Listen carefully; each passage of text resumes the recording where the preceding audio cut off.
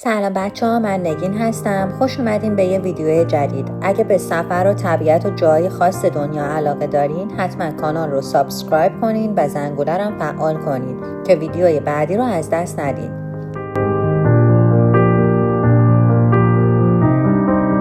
اگه فکر میکنین برای دیدن یکی از قشنگترین درگیرش‌های سوئیس فقط کافیه ماشین رو پارک کنین و چند دقیقه راه برین، سخت در اشتباه هستین. بعد از 1.5 ساعت با ماشین رانندگی کردن تازه رسیدیم به مقصدمون. اینجا برای جاهای دیدنیش کلا دفترچه راهنما و نقشه داره. ببینین چقدر قشنگه. تیکت هامون نفری 30 فرانک شد، یعنی جمعاً 60 فرانک. ما اول با تلکابین رفتیم بالای کوه، از اونجا تازه مسیر پیاده روی شروع میشه.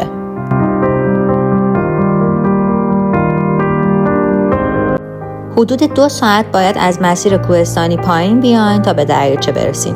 کل مسیر پر از منظره‌های فوق‌العاده، صخره‌های بزرگ و طبیعت بکره و هر چند دقیقه دلت میخواد وایسی و کلی عکسای خوشگل بگیری.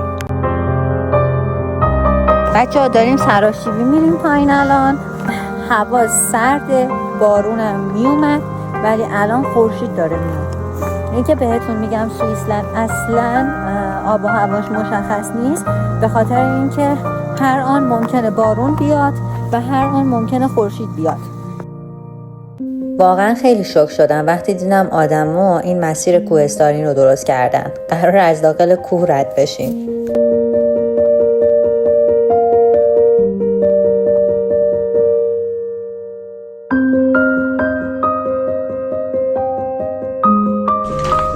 زیر پامون کامل خیسه بچه ها.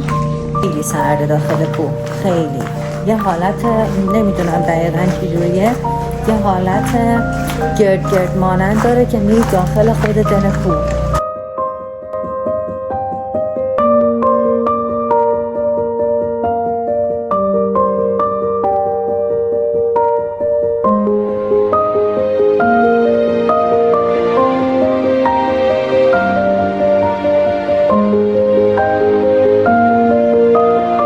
کشور سوئیس کلا مسیحی هستن، برای همین تمام جاها حتی تو کوه‌ها هم نمادهای حضرت مسیح وجود داره. بین مسیر چند تا کلبه و خونه‌های قدیمی آلپی می‌بینین که هنوز هم استفاده میشن.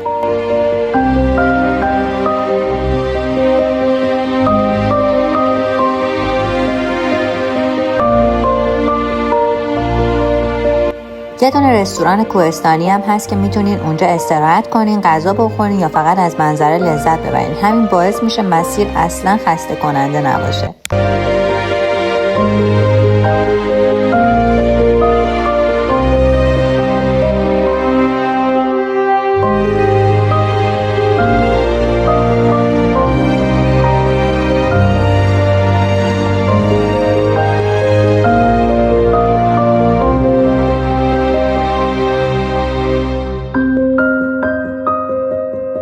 امیدوارم که تا اینجا از منظره لذت برده باشیم و تونسته باشم بهتون حس خوبی رو بدم.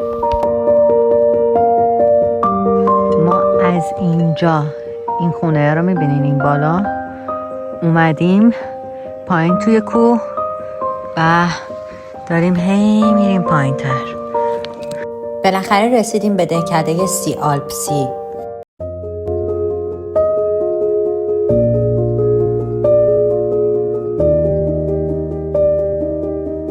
آب دریاچه اونقدر زلاله که کوه‌ها کاملا داخلش دیده میشن. دور تا دورش هم فقط طبیعت، نه ساختمونای بلند نه شلوغی شهر، فقط سکوت و صدای طبیعت.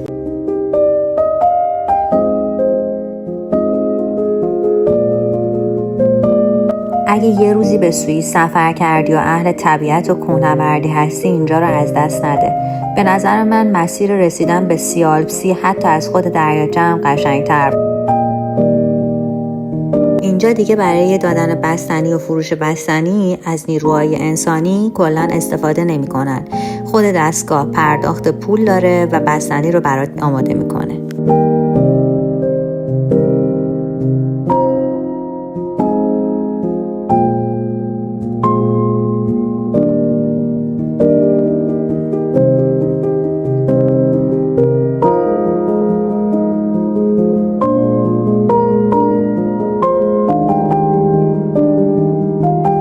اگه از این ولاگ خوشت اومد حتما کانال رو سابسکرایب کن تا جای دیدنی بیشتری رو با هم دیگه کشف کنیم.